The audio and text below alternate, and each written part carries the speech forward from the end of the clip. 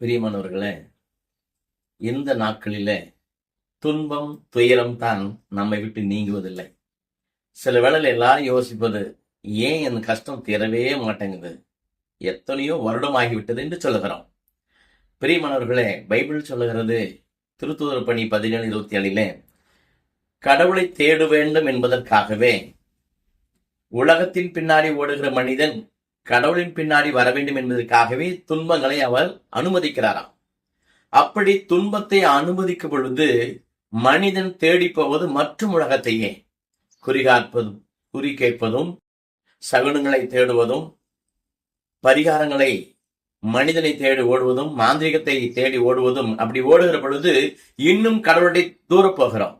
ஆகவேதான் திருப்பாடல் 91:15 சொல்லுகிறது, துன்ப வேளையில் அவர்கள் என்னை நோக்கி கூப்பிடும் பொழுது நான் அவர்களோடு இருப்பேன், அவர்களை தப்புவித்து பெருமைப்படுத்துவேன். துன்பத்தில் ஜெபிக்க வேண்டும் என்றும் கடவுளை தேட வேண்டும் என்றும் பாவத்தை விட வேண்டும் என்றும் கடவுள் விரும்புகிறார். தான் செய்த எல்லா பாவத்தையும் விட்டுவிட்டு பழக்கங்களை விட்டுவிட்டு கடவுளோடு ஒன்றாய் இணைந்திருந்தால் அவர் எப்பொழுதும் கூடவே இருப்பாராம். நம்மை தப்புவித்து பெருமைப்படுத்துகிற அளவுக்கு ஆண்டவர் நம்மை அன்பு செய்கிறார். நாம் தான் அறியாமல் ஓடிக்கொண்டிருக்கிறோம். இப்பொழுதாவது இதை நினைவு கூர்ந்து நான் விட வேண்டியது என்ன, தேட வேண்டியது என்ன என்பதை உணர்ந்து கடவுள் அருகில் வருவோம். அவர் கொடுக்கும் ஆசீர்வாதத்தை பெற்றுக்கொள்வோம். ஆமென்.